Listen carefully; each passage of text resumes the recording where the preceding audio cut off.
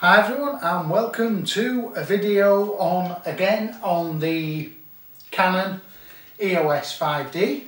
Now I'm going to do a few videos on this because I don't think there's enough videos on YouTube talking about it. This is the 5D Mark I Classic full frame camera. Now I would first of all like to thank my mate Dave from Manchester, who actually went to the guy's house and had a look at this camera before I went and bought it, and like I say, it's like brand spanking new. There is a little problem, the LEDs that light the focus point seem a little bit dim, but it seems a common problem and it doesn't really affect performance.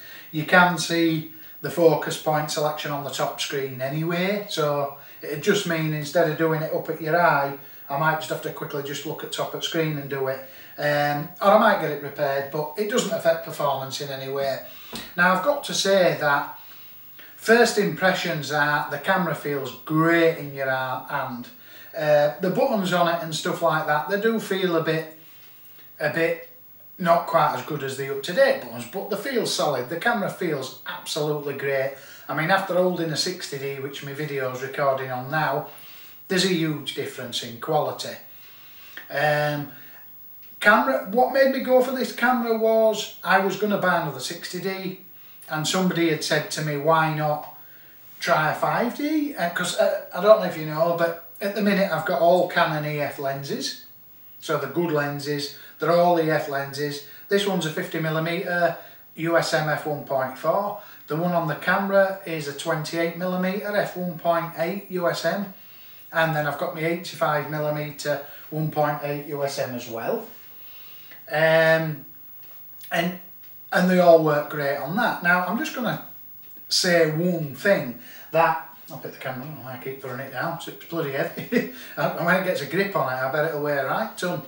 It is that 28mm on the 60D is actually nearly 50mm. My 50mm on the 60D is actually 80mm. And my 85mm f1.8 on the 60D is 135mm. So with having this full frame camera, I've actually got a 28, a 50 and an 85. And using it on my 60D, I've got a 44, an 80 and an 135. So I've got in between focal lengths, which is good. And that's what the guy, that Jamie, was trying to point out, that your lenses that you've got now, you'll benefit from them on your full frame, and the quality up to 1600 is better than the 60D. It's finer. 3200, there ain't a great deal in it, but I'd still say the 5D beats it, because the grain on the 5D is like smooth sandpaper and the grain on the 60D is more like rough sandpaper. But at 3200 there's hardly out in it really, but up to 1600 the 5D to me is a lot better, and I actually like the grain from a full frame. I've never really seen it, I've never had a full frame. The grain's actually nice. I think it adds texture to the image. A couple of negatives, like I say, the shutter button feels a bit, it's a bit weird. The buttons don't feel as good as on the new cameras, but I mean, they're good enough. They don't need to feel any better. They work, they're good. The wheel's nice on the back. I like it better than the 60D. The camera feels great. Negatives, the screen on the back is it's not very big, and it's not, to see the blown out highlights, you've got to have a thumbnail view. You can't make it big. So you've got to use your Instagram, which I use most of the time anyway, but sometimes I do use the highlights. You can see them, but it's on a small view. You can't seem to do it from a big view, so that's a negative. The menu system is very awkward. Well, not very awkward, but you go into the menu system. If I go into the menu now, basically there's just one menu. You don't go across a load of menus, it's just one complete menu. I don't know if it'll show, and you just go down, down, down, down, down, down, down, down, down, down, down. But I mean, it's not really a problem. It feels great to hold. Yeah, like I said, the screen is not very good resolution, but I've said it before and I'll say it again, a good photographer doesn't use the screen. The screen's just there so that if I were taking a picture of me now, I click, look, exposure's a bit dark, get it right, and then I can click, move forward, click. I don't care what it says on there. That's not my computer screen that I paid a lot of money for and it's calibrated. That's just a tool that helps me get my exposure. I mean, you could use a light meter and forget that. So that doesn't bother me. It doesn't have the built-in flash control, so you can't use really off-camera flash and control it inside, but that doesn't bother me at all. What bothers me is image quality, and the image quality is absolutely beauty. I took a photo of my son the other day. Well, I took a couple in the garden in the snow, rushing, and when I come back in and I looked at them on the PC and did a quick little edit on one, I've never seen his skin tones and his actual complexion looking as good.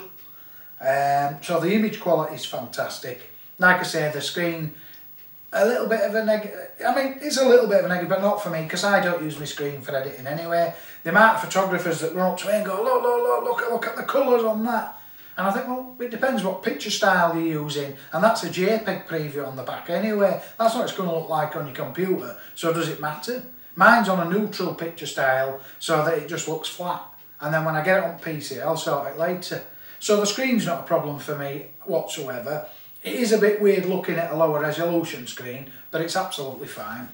The AF is quite considerably slower than the 60D. The centre focus point is fantastic. It's really, really good. The outside points, they hunt quite a lot. Unless if there's a bit of contrast, they're alright, but they're not like as good as the modern cameras, which would make sense. But they'll work. Use AF assist on my flash and give them an helping hand. There is 6 hidden focus points round the centre one, and not many people actually know about this, believe it or not. And they only work in AI servo. So basically when the bride's walking down the aisle, my best opportunity would be to go in AI servo, select the middle focus point, because there's 6 hidden focus points around it, which make it even more sensitive. So get it up and use the centre on the bride's eye, or even if it's on a chest, it's near enough eye level. And I'm going to use AI servo. So anybody with a 5D that's struggling with AF on it, try putting it in AI servo and check that in your menus you've got, let me just have a look under the custom menus. Just hang on. We'll get there, see how long it took me to get there. You need to check your ISO expansions on, by the way, under your custom functions, because the lad who I bought off never knew. He's always used it 100 to 16. He never knew that you could go to ISO 50 and to 3200. So I've turned that on. You've got your flash firing here, so you can tell it not to fire so that your AF assist will work, which we were talking about just then. Right, it is it custom function 17? It says AF point activation area. You need to have it on, let me just see, you've got expanded, standard and expanded. Put it on expanded and you can't see the little 6 focus points, but if you look at your manual, it shows you them. Now I know people are probably thinking, why are you telling us that? But a lot of people don't know about it. But it only works in AI servo, so remember that. Check that that's enabled. I'm just trying to think of anything else that I can say. The picture quality that comes out is absolutely fantastic. Like I say, I'm enjoying the new focal lens. I'm enjoying having a full frame. I am going to take it to a wedding a week today. Next week I've got a wedding. So I'm going to really give it some hammer then. And then I'll let you know what I think about it then. I may come back then and go, oh, it's no good for weddings. But I'm sure I won't. A lot of great wedding photographers use this camera, even now. Don't forget, when you go to Jared Boland's channel and Greg Gazillo's and Don Bauer and all that, they're all about the equipment. And they actually don't think about the actual picture. It's about how does it look at 100% in Lightroom? How does it look 100% in Photoshop? I mean, I've heard Greg, I haven't heard Dom say this, but I've heard Greg and I've heard Jared. Now, I'm not slagging them off, they're really nice guys, they all do what I do and I think they're great, but I don't agree with everything they say. I'm sure they don't agree with everything I say. But they said that if you zoom into 100% and your image ain't tack sharp, delete it. Well, that's a load of bollocks.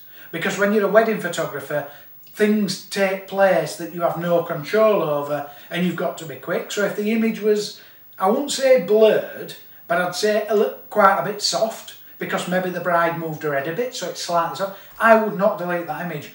I would if it were a crap image, obviously, but if it were a great image, there's no way I'd delete it. And what they're telling you to do is, no, it's not tack sharp, you're a shit photographer, get rid of it. That's not true at all. It don't make you a bad photographer. There's a difference between missing your focus and capturing a moment and getting a slightly soft image because you quickly went up and she moved 4mm and you're at f1.4, so you've clicked it and it's just a touch soft. Don't delete that. It's a load of bollocks. Don't listen, and they're all on about these new cameras, like the new D3S, the new D4. Now, I'm not knocking those tools. They'll be absolutely fantastic. And I don't want anybody to think that I'm saying they're not great, because they are. They are great, but you don't need them. You can be a badass photographer on that Canon 5D there. And that alone, with just a couple of low light lenses with it, you could be one of the best photographers in the world.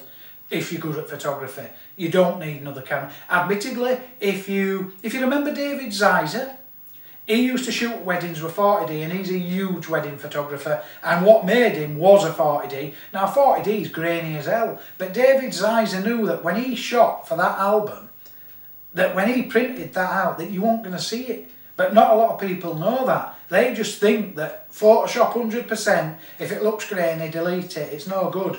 That's a load of bull. At the end of the day, you need to edit for what you're doing. I edit for, like when I go next week, I'm taking pictures for the wedding album. That's it. And slideshow as well. But I'm not taking them for 100% in Lightroom. I know that if I look at a couple of them, they'll be a touch soft because I'm going to be shooting wide open. I know that the grain's going to be, if I end up going to 6400 on 60D, because I've got to. I'll try to avoid it now because I've got all low light lenses. I shouldn't have to go anywhere near ISO 6400. I should be able to stay around 16 to 32 maximum.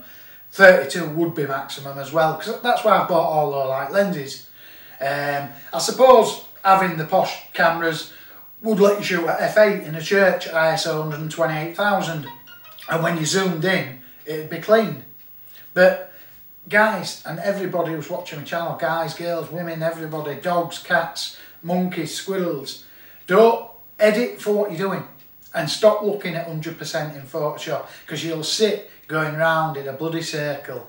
You get taught to sharpen at 100% in Photoshop, which is true for archive, but it's not true for print. If you sharpen at 100% for print, it's going to come back soft every time. And Lightroom's got a feature called sharpen for print. That's a load of bollocks. That can't tell you how much you need to sharpen it. You need to watch my video on how to set Photoshop up for that. So I know this is about the 5D, but I'd also thought I'd have a little go at because I'm stepping backwards. If you think about this camera to my 60D, it's a step back to 2005. And I've bought it, and people might be thinking, what the hell are you doing with that? Now, there's a lot of perks on the 60D that I like. I mean, I love video.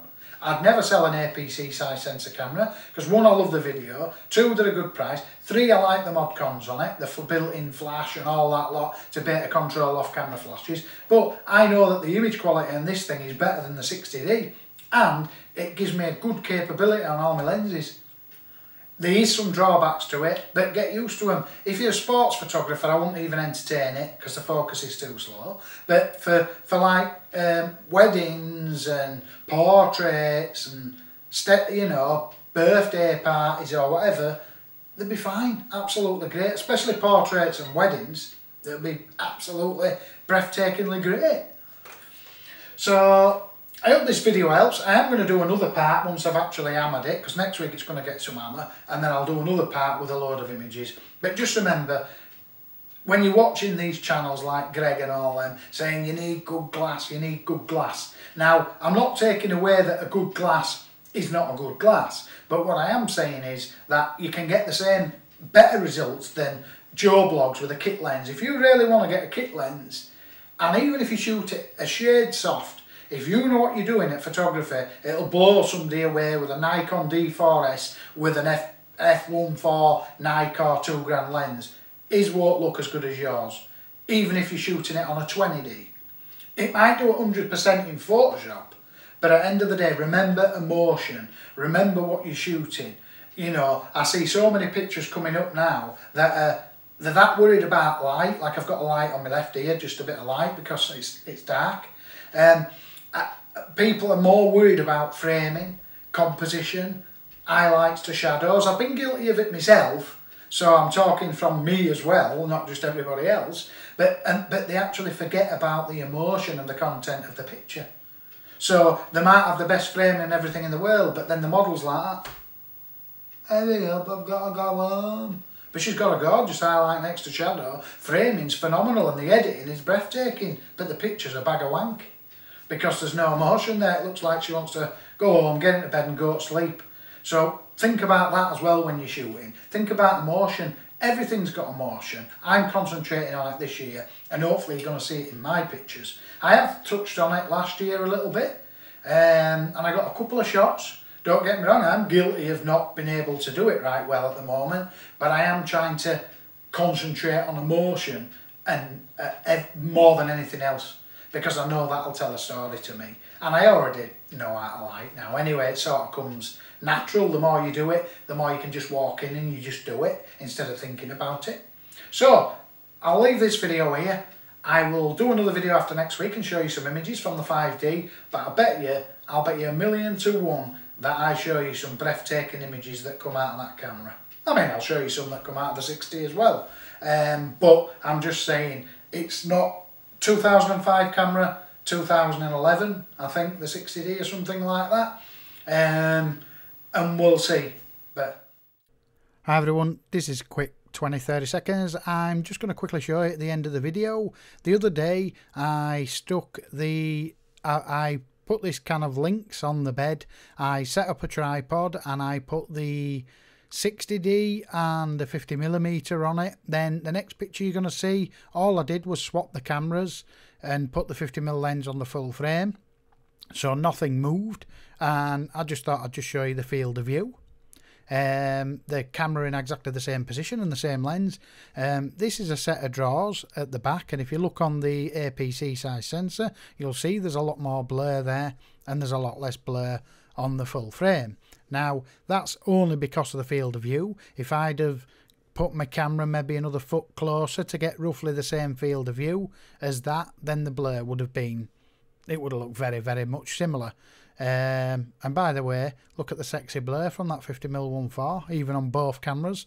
It looks great, but there is a fair bit of difference on the wideness. I mean, look at that. That's actually a wardrobe, and you can't even see the edge of the wardrobe there. Here you've got the edge and some of the sticking out and the curtain, and really, really good.